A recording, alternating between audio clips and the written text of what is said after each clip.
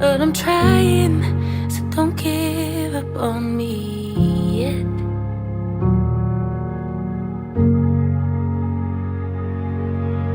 And God, don't leave me here. Père, voici une nouvelle journée dans ta présence. Une nouvelle journée dans laquelle nous nous apprêtons à accueillir ton peuple dans le pain quotidien de ce jour. Père, dans cette semaine où nous visitons dans notre vie tout ce qui n'est pas des plus agréables à voir, nous souhaitons, Seigneur, que tu te souviennes de nous, que tu regardes à ton peuple et que ta miséricorde soit posée sur nous, dans ta douceur et ta compassion, dans le nom de Jésus. Amen.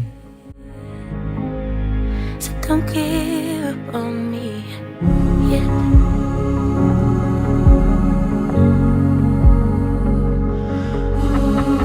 God, I know it makes no sense. You love me time and time again, but I still need reminding. Yeah, I know it makes no sense.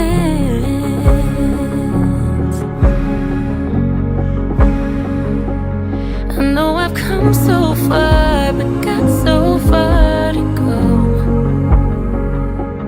And with these brand new scars and this broken heart, it's hard to really know if there's a reason and if I'll ever see it. But I wanna believe it. La porte est ouverte, bien-aimés. Nous pouvons nous installer selon la disponibilité et la disposition de notre cœur pour recevoir aujourd'hui cette première journée dans notre deuxième semaine de jeûne et de prière avec le ministère de la clinique spirituelle. Nous nous approchons avec humilité parce que nous sommes conscients de nos imperfections. Nous nous approchons avec humilité parce que nous voulons visiter et présenter à Dieu les profondeurs de notre vie. Bien-aimés dans le Seigneur, ici aujourd'hui nous n'avons pas de chaise. Ici aujourd'hui nous allons être assis par terre. Est-ce que quelqu'un peut prendre ce temps d'humilité dans la présence de Dieu? Quelqu'un qui a chuté n'est pas quelqu'un qui est orgueilleux. Quelqu'un qui a chuté n'est pas quelqu'un qui est hautain. C'est quelqu'un qui prend conscience de ses mauvais appuis. C'est quelqu'un qui prend conscience d'une faiblesse, qui réalise là où était sa faute. Et pendant que cette chute est douloureuse et épineuse, nous croyons que la main de l'Éternel nous secourt et nous sort de cette vallée de l'ombre de la mort.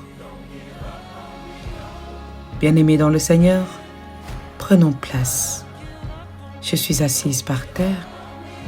Ceux et celles qui le souhaitent peuvent me rejoindre également. Amen.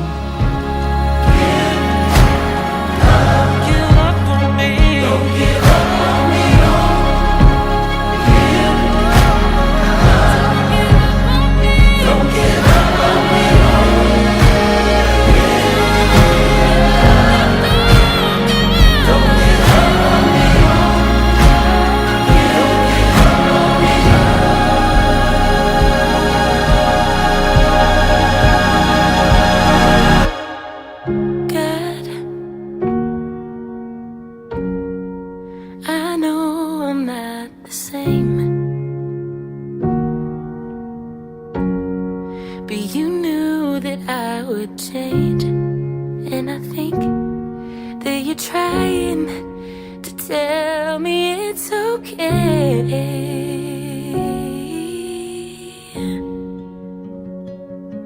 I know I've come so far, but got so far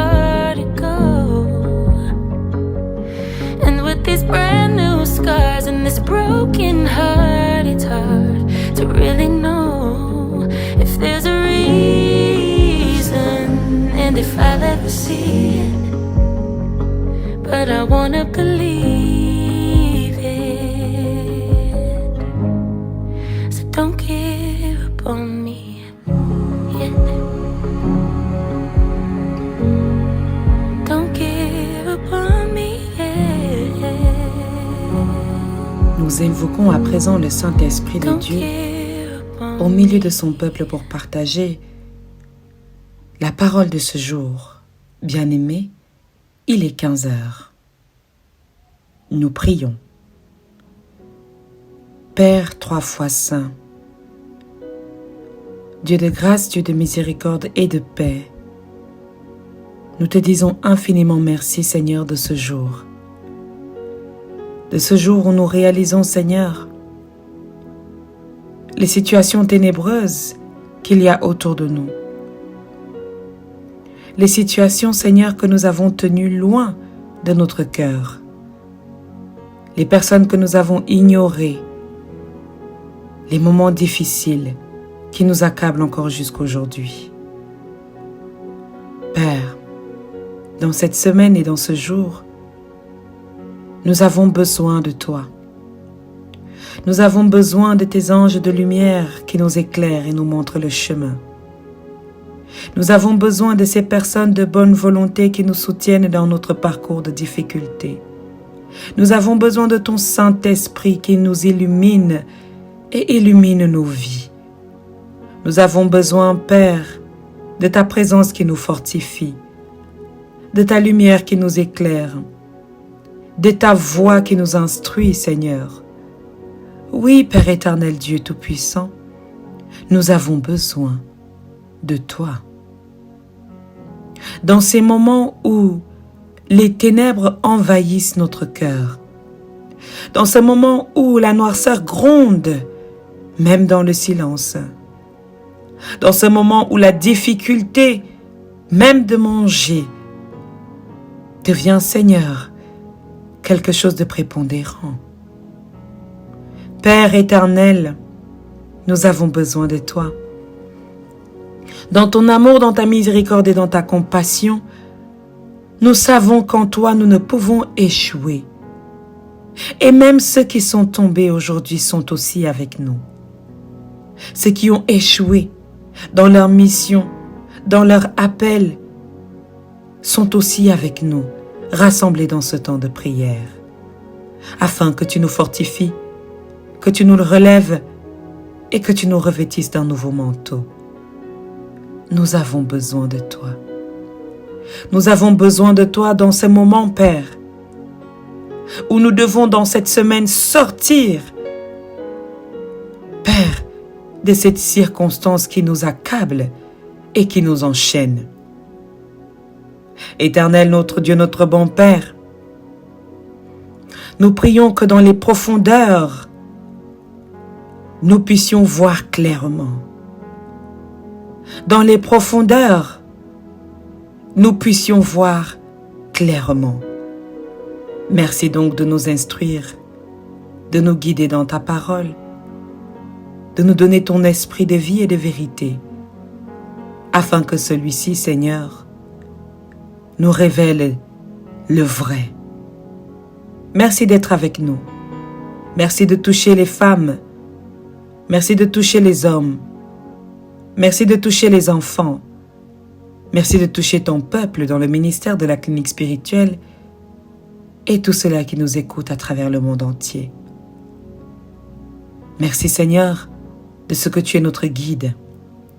Dans le nom de Jésus, nous t'avons invoqué. Amen.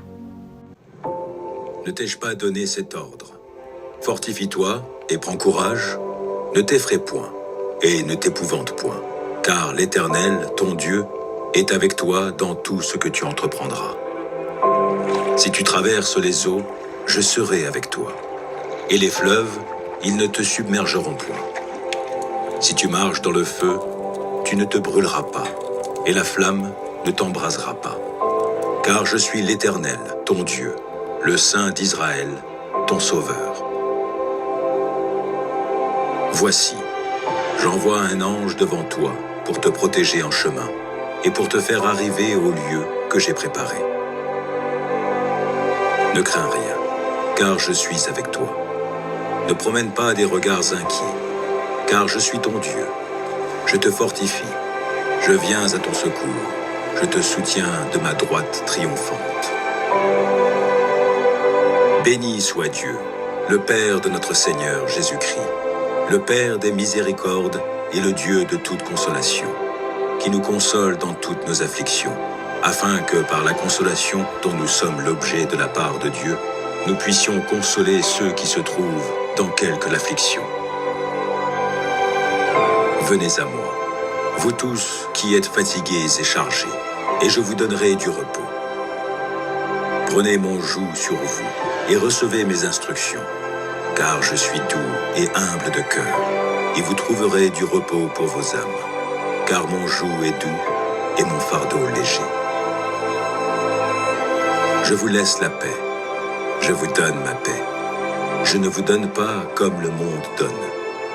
Que votre cœur ne se trouble point et ne s'alarme point.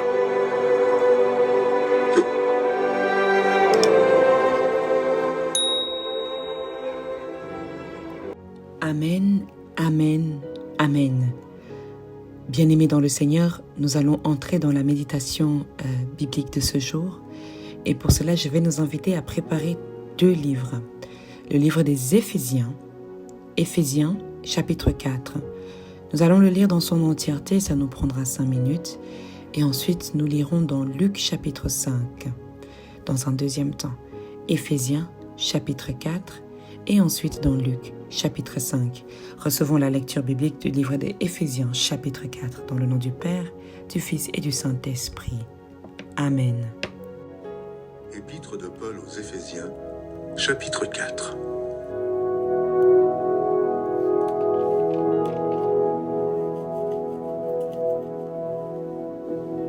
Je vous exhorte donc, moi, le prisonnier dans le Seigneur, à marcher d'une manière digne de la vocation qui vous a été adressée, en toute humilité et douceur, avec patience, vous supportant les uns les autres avec charité, vous efforçant de conserver l'unité de l'esprit par le lien de la paix. Il y a un seul corps et un seul esprit, comme aussi vous avez été appelés à une seule espérance par votre vocation. Il y a un seul Seigneur, une seule foi, un seul baptême, un seul Dieu et Père de tous, qui est au-dessus de tous et parmi tous et en tous. Mais à chacun de nous, la grâce a été donnée selon la mesure du don de Christ. C'est pourquoi il est dit, étant monté en haut, il a emmené des captifs et il a fait des dons aux hommes. Or, que signifie « il est monté » sinon qu'il est aussi descendu dans les régions inférieures de la terre. Celui qui est descendu, c'est le même qui est monté au-dessus de tous les cieux afin de remplir toutes choses. Et il a donné les uns comme apôtres, les autres comme prophètes, les autres comme évangélistes, les autres comme pasteurs et docteurs, pour le perfectionnement des saints en vue de l'œuvre du ministère et de l'édification du corps de Christ, jusqu'à ce que nous soyons tous parvenus à l'unité de la foi et de la connaissance du Fils de Dieu, à l'état d'homme fait, à la mesure de la stature parfaite de Christ, afin que nous ne soyons plus des enfants, flottants et emportés à tout vent de doctrine par la tromperie des hommes, par leur ruse dans les moyens de séduction, mais que professant la vérité dans la charité, nous croissions à tous égards en celui qui est le chef, Christ. C'est de lui, et grâce à tous les liens de son assistance, que tout le corps, bien coordonné et formant un solide assemblage, tire son accroissement selon la force qui convient à chacune de ses parties, et s'édifie lui-même dans la charité. Voici donc ce que je dis et ce que je déclare dans le Seigneur. C'est que vous ne devez plus marcher comme les païens, qui marchent selon la vanité de leurs pensées, Ils ont l'intelligence obscurcie. Ils sont étrangers à la vie de Dieu à cause de l'ignorance qui est en eux, à cause de l'endurcissement de leur cœur. Ayant perdu tout sentiment, ils se sont livrés à la dissolution pour commettre toute espèce d'impureté jointe à la cupidité. Mais vous, ce n'est pas ainsi que vous avez appris Christ.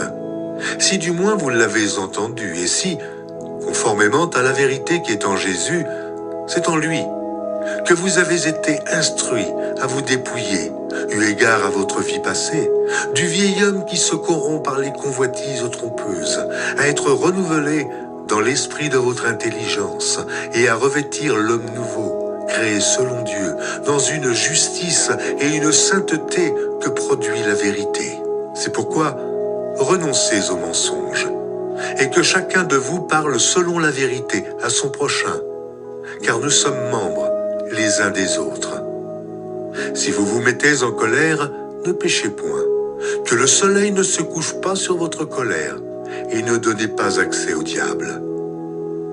Que celui qui dérobait ne dérobe plus, mais plutôt qu'il travaille en faisant de ses mains ce qui est bien, pour avoir de quoi donner à celui qui est dans le besoin.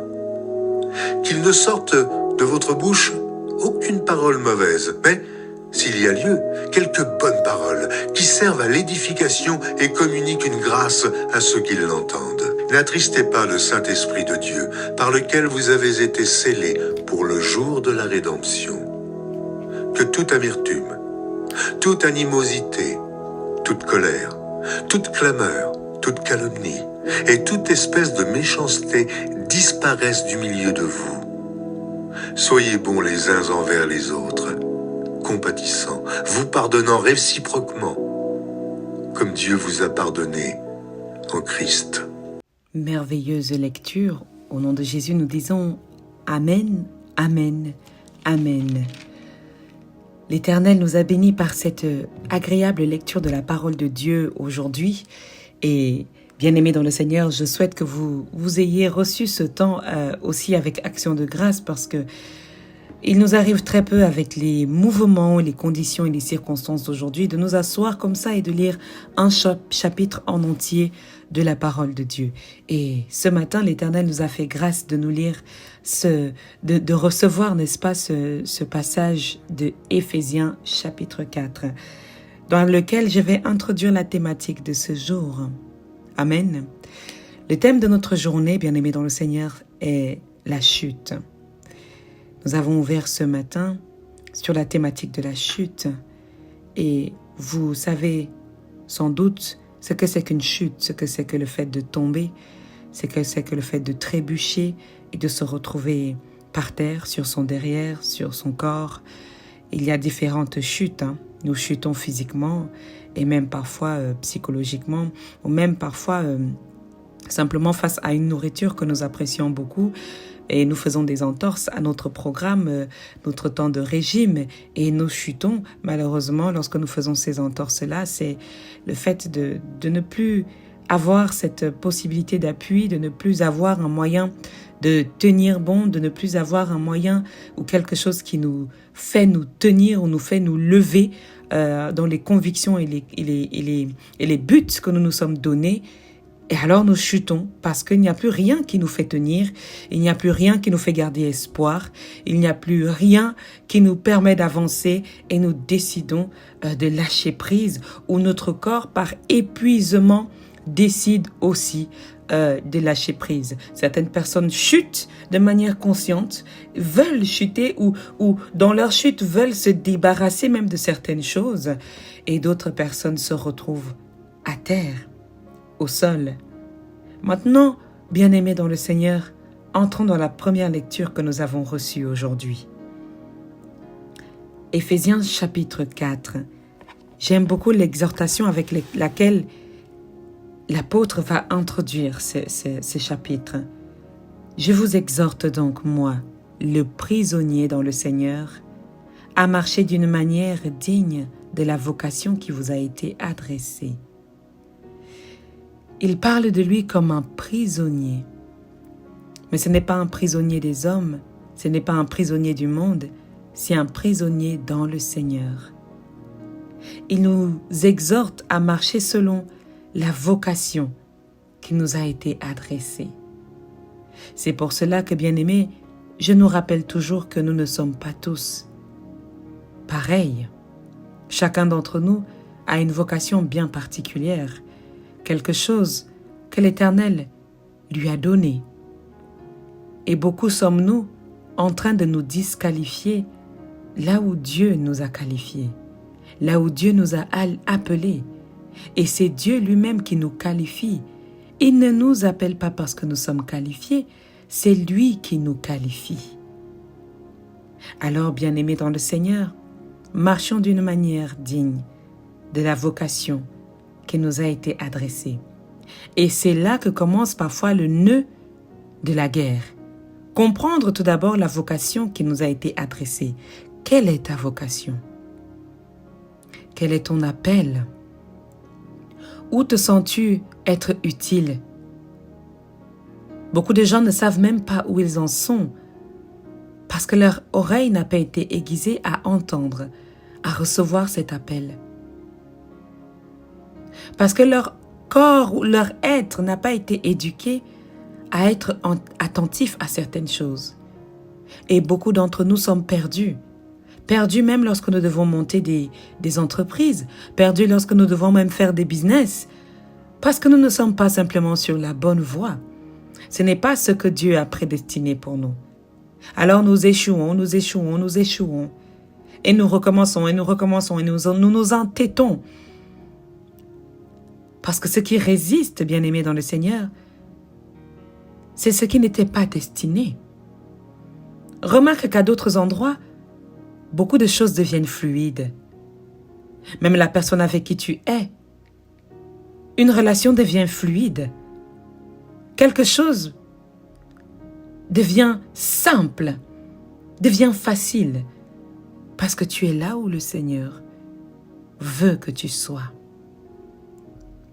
Ne nous entêtons pas et cherchons à marcher d'une manière digne de la vocation qui nous est adressée. J'aime aussi ce verset 2. C'est un verset qui me guide beaucoup dans les partages et dans mon être même. L'apôtre Paul nous dit « En toute humilité et douceur, avec patience, vous supportant les uns les autres avec charité. » Ce verset 2 est quelque chose sur lequel je m'accroche beaucoup dans mon chemin et dans mon parcours de foi. Et c'est une chose à laquelle je nous invite, en toute humilité et douceur, avec patience, nous supportons, bien-aimés, les uns les autres avec charité. La parole que je souhaite nous partager se trouve en réalité maintenant dans les versets qui vont suivre. À partir du verset 7, bien-aimés, je nous relis encore ce moment. Mais à chacun de nous la grâce a été donnée selon la mesure du don de Christ. C'est pourquoi il est dit, étant monté en haut, il a emmené des captifs. Or, que signifie il est monté, sinon qu'il est aussi descendu dans les régions inférieures de la terre? Celui qui est descendu, c'est le même qui est monté au-dessus de tous les cieux, afin de remplir toutes choses. Il a été donné, verset 11, il a donné les uns comme apôtres, les autres comme prophètes, les autres comme évangélistes, les autres comme pasteurs et docteurs, pour le perfectionnement des saints en vue de l'œuvre du ministère et de l'édification du corps de Christ. Amen. J'aimerais donc que tu retiennes ceci. Or, que signifie « il est monté » sinon qu'il est aussi descendu dans les régions inférieures de la terre? Bien-aimé dans le Seigneur, je veux t'expliquer que beaucoup de personnes avant d'arriver à la lumière, passe par les ténèbres. Beaucoup de personnes, avant d'atteindre la réussite, passent par l'échec. Beaucoup de personnes, avant d'atteindre le succès, bien-aimés, passent par l'échec. Passent par l'échec, passent par les ténèbres, passent par les moments où ils chutent. Beaucoup, bien-aimés dans le Seigneur, ne voient pas les moments où quelqu'un a chuté. Ne voient pas les moments où des serviteurs de Dieu ont chuté. Même s'ils les voient, d'autres ne voient pas. Et l'on ne voit que quand cette personne réussit, quand la lumière de cette personne commence à luire, et on dit, oh, de toute façon, elle a plus de chance que moi. Parce que notre maman nous a aimé plus, elle a aimé plus elle que moi. Parce que notre maman lui a donné plus de chance.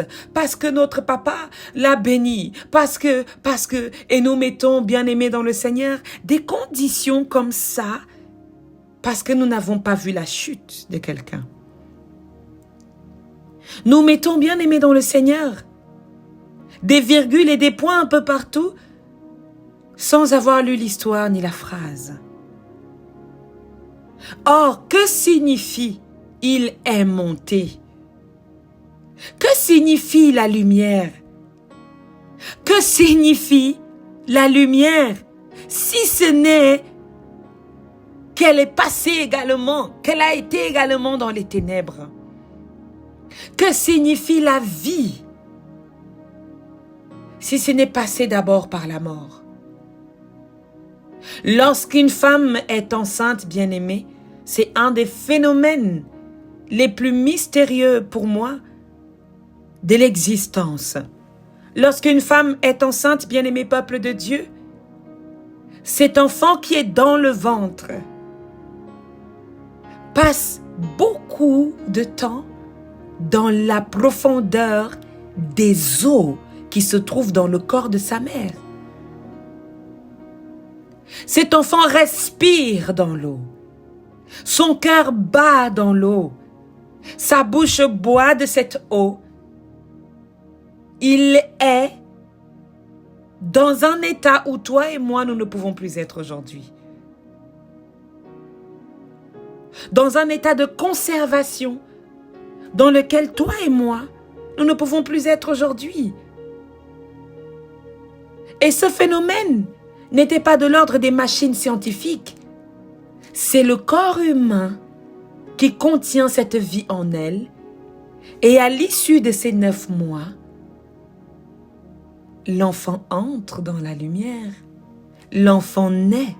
L'enfant vit. Après être passé par un cheminement dans les profondeurs. Que signifie « il est monté » sinon qu'il est aussi descendu dans les régions inférieures de la terre? À un moment donné de ta vie, bien-aimé dans le Seigneur, tu ne peux pas monter sans avoir visité, ni sans être descendu dans les régions inférieures de la terre de ta vie, de ta terre, les régions inférieures de ta famille, les régions inférieures de ta maison, les régions inférieures de ton mariage. Que signifie monter, sinon qu'il est aussi descendu? C'est cette descente, bien-aimée, que toi et moi, nous allons faire dans cette semaine. C'est cette descente dans la vallée de l'ombre de la mort que toi et moi, nous allons faire cette semaine. Et dans cette descente, bien-aimée, j'aimerais que tu prennes le temps de noter ce que tu vois, de noter ce qui va t'accabler, de noter ce que tu perçois. Nous avons besoin de descendre. Je me souviens d'un chant que j'avais entendu, je ne sais plus sur quelle plateforme. Ce chant disait « Nous allons dans le camp de l'ennemi. Nous allons dans le camp de l'ennemi. Ennemi. Nous allons annoncer la bonne nouvelle. Bonne nouvelle. Bien-aimés dans le Seigneur, nous allons dans les régions inférieures de la terre. Les régions qui montrent les souvenirs de toi. Lorsque tu volais quand tu étais petit. Lorsque tu mentais. Lorsque tu nuisais même à quelqu'un de manière intentionnelle. Il y a des personnes qui sont comme ça. Lorsque eux, ils vivent, ils te nuisent ne sachant pas ce que toi tu vis. Il y a des personnes que tant que leur bonheur y est, elles ne se soucient pas des autres. Nous allons donc voir cette personnalité de toi. Nous allons voir cette personnalité de nous-mêmes. Cette personnalité qui aime les ténèbres. Cette personnalité qui aime faire du mal. Même cette personnalité, parce que d'autres ne sont pas forcément comme toi. D'autres sont tombés à cause de l'ennemi. D'autres sont tombés à cause des membres de leur famille. Ils en ont bavé. Ils ont subi. Les esprits qui veillent, parce qu'il y a des esprits qui veillent dans nos familles. Ces esprits-là ne dorment pas. Ils attendent que tu montes pour t'amener vers le bas. Ils attendent qu'une bonne nouvelle atterrisse dans ta vie pour te faire chuter encore. Eh bien, disons-le nous aujourd'hui, qu'est-ce que c'est que monter si ce n'est d'abord descendre? Est-ce que tu peux le répéter avec moi? Qu'est-ce que c'est que monter si ce n'est descendre? L'expression de monter, pour qu'elle ait tout son sens, il faut aussi qu'il y ait son contraire. Il faut aussi qu'il y ait la descente. C'est pourquoi la confession de foi va dire « Il est descendu aux enfers ». Il est comment? Descendu aux enfers, dans les régions inférieures de la terre. La Bible parle des régions inférieures de la terre. Ça veut dire qu'il n'y a pas qu'une seule région. Ça veut dire qu'il n'y a pas qu'un seul lieu. Il y a plusieurs régions inférieures de la terre. Il y a plusieurs, n'est-ce pas, régions, plusieurs étages de niveau inférieur de la terre. Et nous allons les visiter cette semaine. Pour que nous les visitions, il faut d'abord que nous descendions. Est-ce qu'on peut prendre l'étage -1? Est-ce qu'on peut monter dans cet ascenseur et quelqu'un dit avec moi -1? La chute. -1, la chute. Dans ces régions inférieures, bien-aimés dans le Seigneur, aujourd'hui, toi et moi, nous sommes tombés. Peut-être même que nous sommes tombés il y a des années. Peut-être que c'est toi aujourd'hui qui te rends compte parce que tu étais en colère. La colère s'est levée dans ton cœur et tu as balancé une bouteille cassable sur quelqu'un. Tu as pris conscience après que tu as chuté. Peut-être ta chute était hier.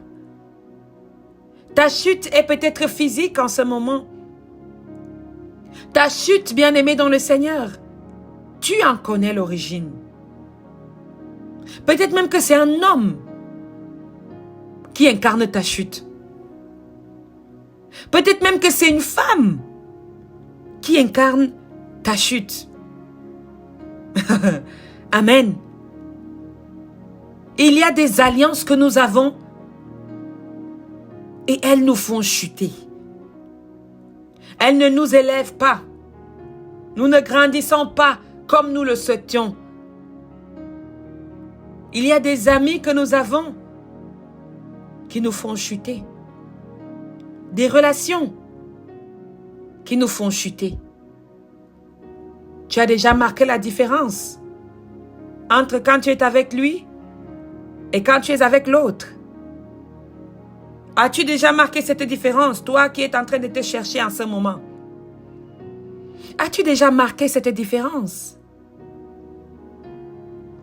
Est-ce que tu t'énerves plus facilement?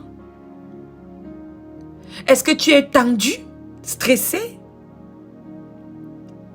À la limite? Tu es à la limite. Il y a une phrase que l'on aime bien dire parfois, c'est « tu as atteint la limite ». L'eau a déjà débordé. Je me souviens aussi, les patates sont déjà cuites. Nous avons beaucoup de phrases, n'est-ce pas, qui montrent que nous allons déjà sortir de nous-mêmes. Nous allons déjà déborder, sortir de notre naturel pour entrer dans un état surnaturel.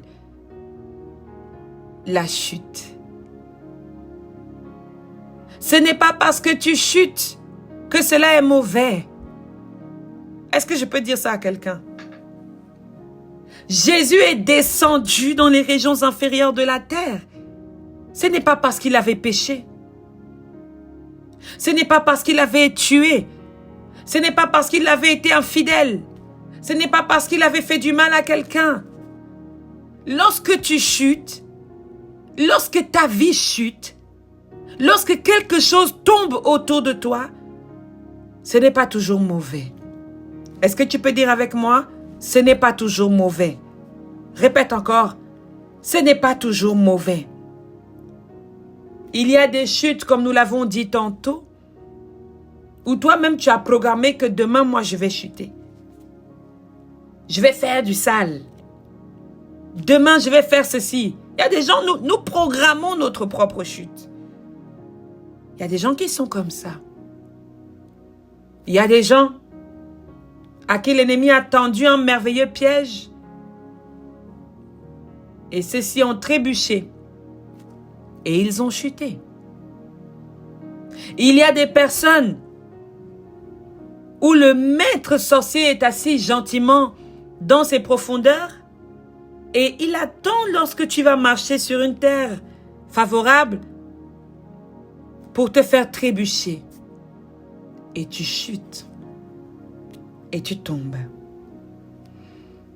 Mais il y a aussi les justes. Lorsque les justes chutent, lorsque les justes chutent, lorsque le peuple de Dieu chute, lorsque les serviteurs de Dieu dans une certaine dimension se retrouvent dans les profondeurs, dans les régions inférieures, c'est qu'il y a un travail à faire. Le jour où l'Éternel m'a appelé, bien-aimé dans le Seigneur, il ne m'a pas donné d'autre passage que le livre de Jérémie. Il ne m'a pas appelé avec un autre livre que celui du prophète Jérémie. Dans son chapitre 1, le Seigneur ne cesse de me dire, je t'ai appelé, je t'ai prédestiné, mais il y a une zone là que tu vas devoir faire. Il y a des éléments où tu vas devoir détruire, arracher pour pouvoir rebâtir et construire. Je ne comprenais pas ce passage. Je ne comprenais pas, bien-aimé. J'étais encore peut-être nouvelle dans la chose de Dieu. Et plus les années avancent dans ma vie, plus arracher, détruire là, est profond sous la terre. Ça ne se fait plus en haut. Il envoie dans les régions inférieures de la terre. Parce que c'est là-bas qu'il y a le baobab qui nuit à ta famille. Parce que c'est là-bas qu'il y a les entités qui nuisent à ta paix. C'est là-bas qu'il y a les entités qui retiennent tes enfants. C'est là-bas qu'a été enterré celui qui est parti avec ta prospérité, ta postérité. Celui qui est parti avec tes enfants. Cette postérité que Dieu a réservée pour toi. Il est là-bas dans les régions inférieures de la terre. C'est lui qui détient le cas qui détient ta vie se trouve dans la région de la mort, se trouve dans les régions inférieures de la terre. N'aie pas peur, bien-aimé, de cette visite. Arme-toi Comme le dit, n'est-ce pas, la parole de Dieu? Arme-toi de toute forme d'armes spirituelles. Les armes du chrétien. Ayez à vos reins la vérité pour ceinture. Revêtez, n'est-ce pas, cette cuirasse de la justice. Mettez pour chaussure à vos pieds le zèle que donne l'évangile de Jésus. Prenez par-dessus tout le bouclier de la foi. Vous avez foi en Dieu. N'oubliez pas votre foi. Afin d'éteindre tous les traits enflammés de l'ennemi. Prenez aussi ce casque du salut et l'épée du Saint-Esprit qu'est la parole de Dieu. Lorsque nous descendons dans les régions inférieures, nous ne sommes pas seuls. Nous sommes avec Dieu. Et tout au long de cette semaine, nous allons visiter. Nous allons visiter le cœur de toutes ces profondeurs. Le cœur de toutes ces profondeurs. Et nous croyons qu'à la fin de cette semaine, à l'image de Christ, nous serons synonymes de victoire. Amen. Bien-aimés dans le Seigneur, celui qui est descendu et qui descend avec nous aujourd'hui, c'est également le même qui est monté au-dessus de tous les cieux afin de remplir toutes choses. C'est ce même Jésus qui nous touchera ce dimanche. Amen. Et il est monté au-dessus de tous les cieux. Toute forme de ciel qu'il y a après le toit de ta maison, tout trône qu'il y a après le toit de ta maison, sache qu'il est monté au-dessus de tous et qu'il règne sur le ciel principal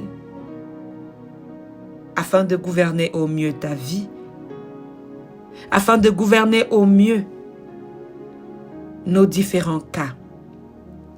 Nous allons aller encore brièvement dans l'évangile de Luc, dans son chapitre 5, parce que je voudrais que tu comprennes ce qui se passe lorsque tu visites les profondeurs. Lorsque tu visites les profondeurs. Et même lorsque le peuple de Dieu était en train de traverser la mer Rouge, ils l'ont traversée à pied sec, mais ils étaient au fond de cette mer. Ils n'ont pas volé. La mer s'est ouverte. Lorsque nous lisons cette histoire, elle s'est ouverte. Et en s'ouvrant, le peuple de Dieu a marché au fond de la mer Rouge. Il a marché au fond de cette eau. Il a marché dans cette profondeur qui s'est ouverte pour que le peuple de Dieu atteigne cette terre promise.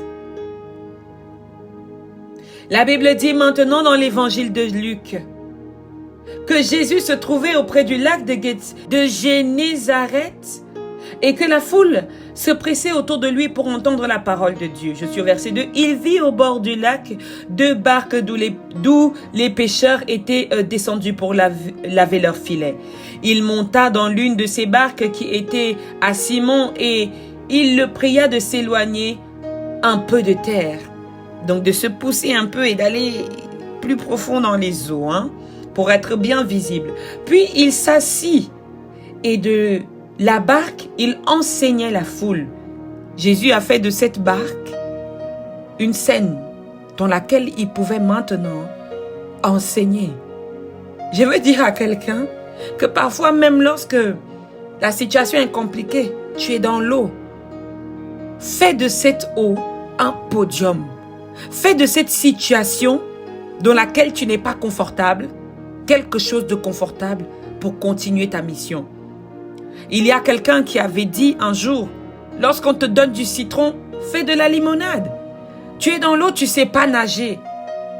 Trouve un bateau, trouve une surface et continue de être ce que tu dois être dans la vie. Continue de donner ce que tu dois donner dans la vie. Oh, est-ce que je peux avancer dans cette prédication? Lorsqu'il eut cessé de parler, il dit à Simon, avance en pleine eau et jetez vos filets pour pêcher. Je vais m'arrêter là parce que c'est ce verset qui m'a interpellé. Dans certaines versions, le terme pleine eau est dit profondeur des eaux. Avance dans la profondeur des eaux et jetez vos filets pour pêcher.